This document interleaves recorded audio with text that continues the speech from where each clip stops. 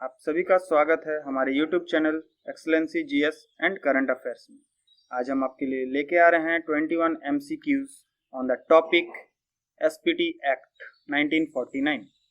शुरुआत करने से पहले एक रिक्वेस्ट रहेगा, जो भी नए यूज़र्स हैं, जो भी नए व्यूअर्स हैं, वो इस वीडियो को लाइक करें और लाइक करने के बाद सब्सक्राइब करना ना भूलें और अपने फ्रेंड्स के साथ शेयर जरूर करें।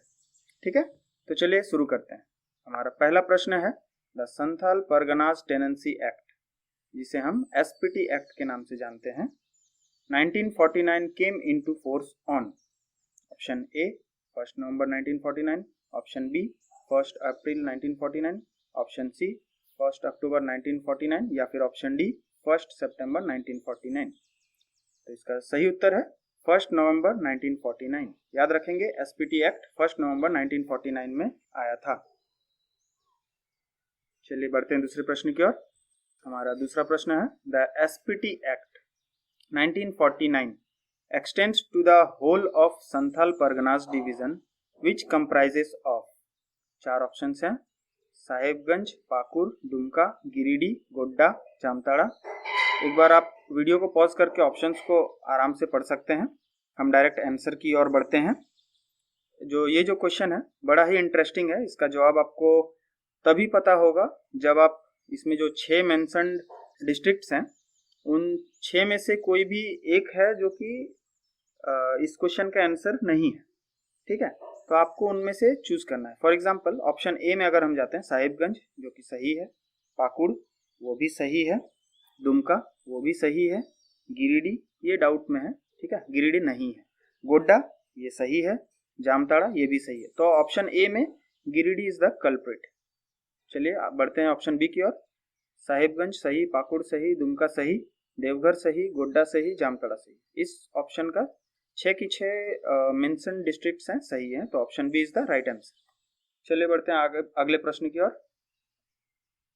हमारा अगला क्वेश्चन है the SPT act 1949 may be withdrawn from any portion of the Santhal Parganas by option A the deputy commissioner, option B the state government, option C the parliament या फिर option D none of the above। तो इसका सही उत्तर है the state government। ठीक है, चलिए बढ़ते हैं अगले प्रश्न की ओर। हमारा अगला प्रश्न है under the Santhal Parganas tenancy act SPT act 1949 the rayat means option A a person who is not a landlord and who has acquired a right to hold a land for cultivating it, option B a person who may be a landlord and who has acquired a right to hold a land for cultivating it, option C both A and B या फिर option D none of the above। तो इसका सही उत्तर है option A. चलिए बढ़ते हैं अगले प्रश्न की ओर। हमारा नेक्स्ट क्वेश्चन है who is not a landlord under the SPT act 1949, option A village headman, option B a tenure holder, option C the government या फिर option D none of this. इसका सही उत्तर हो जाएगा विलेज हेडमैन। चलिए बढ़ते हैं अगले प्रश्न की ओर। क्वेश्चन 6 है खास village under the SPT act 1949 means option A a village where there is neither a mool raiyat और a village headman, option B a village where there is no mool raiyat but there is a village headman, option C a village where there is a mool raiyat but no village headman या फिर option D none of the above. इसका सही उत्तर हो जाएगा option A a village where there is neither a mool raiyat nor a village headman. चलिए बढ़ते हैं अगले प्रश्न की ओर। क्वेश्चन 7 है what is are correct about village headman. Option A he is a person so appointed or recognized by a deputy commissioner or any other duly authorized officer under the act, option B he may be known as pradhan, mustajur or manjhi, option C only B is correct या फिर option D both A and B are correct। तो इसका सही उत्तर है, क्योंकि दोनों ही statement सही है इसलिए option D is the right answer, both A and B are correct. चलिए बढ़ते हैं नेक्स्ट क्वेश्चन की ओर। For the appointment of village headman of khas village the consent of at least of the jamabandi raiyats of village is required. फिर से पढ़ते हैं एक बार question. For the appointment of village headman of khas village, the consent of at least of the Jamabadi Rayats of village is required. Option A 3/4, option B 1/3, option C 2/3 या फिर option D none of above. तो इसका सही उत्तर हो जाएगा option C 2/3। चलिए बढ़ते हैं अगले प्रश्न की ओर। क्वेश्चन नंबर 9 है, all fines imposed upon and realized from village headmen, मूल रैयत्स and रैयत्स under the SPT Act 1949 shall be deposited in a fund known as option A village headman's fund, option B headman's reward fund, option C मूल रैयत्स reward fund या फिर option D deputy commissioners fund. ये एक बहुत ही important question है दोस्तों, इसे आप अच्छे से याद रख लें, क्योंकि ये क्वेश्चन में जो 4 फंड्स के बारे में डिस्कस किया गया, इनके बारे में हम अपने वीडियोस में डिस्कस कर चुके हैं। आप इस चैनल को विजिट कीजिए, वीडियो लेक्चर को देखें और इन चारों फंड के बारे में आप वहां से जानकारी पा सकते हैं। फिलहाल इस क्वेश्चन का सही उत्तर है ऑप्शन बी हेडमैन्स रिवार्ड फंड। चलिए बढ़ते हैं अगले प्रश्न की ओर।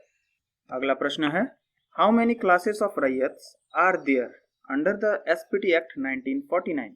Option A 4, option B 5, option C 3 या फिर ऑप्शन डी 2। इसका सही उत्तर है ऑप्शन सी 3। चलिए बढ़ते हैं अगले प्रश्न की ओर। For cutting mahua tree on his own holding the raiyat needs to take the permission of. एक बार फिर से ये क्वेश्चन पढ़ते हैं। For cutting mahua tree on his own holding the rayat needs to take the permission of option A the deputy commissioner, option B the sub divisional officer, option C the village headman या फिर option D no permission is required। इसका सही answer है the sub divisional officer। चलिए बढ़ते हैं अगले प्रश्न की ओर। which provision of the Santhal Parganas Tenancy Act 1949 restricts the transfer of Rayat's right in his land holding? Option A section B, option B section 21, option C section 22 या फिर option D none of above। इसका सही उत्तर हो जाएगा option A section 20। याद रखेंगे section 20 में है there is a provision which allows us to restrict the transfer of Rayat's right in his land holding। ठीक है, चलिए बढ़ते हैं अगले प्रश्न की ओर। अगला प्रश्न है, a संथाल रैयत may transfer his rights in his holding by way of gift in favor of dash with the previous written permission of deputy commissioner। option A wife and daughter, option B mother and daughter, option C mother and wife या फिर option D sister and daughter। इसका सही उत्तर हो जाएगा option. ठीक है, ये fill in the blanks में option D is the right option. चलिए बढ़ते हैं अगले प्रश्न की ओर।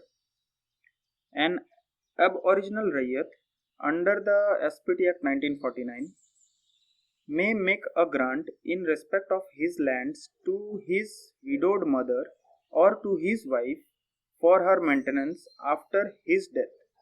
How much area of his land holding can be granted? Option A 1/3, option B half, option C 2/3 या फिर ऑप्शन डी 3/4।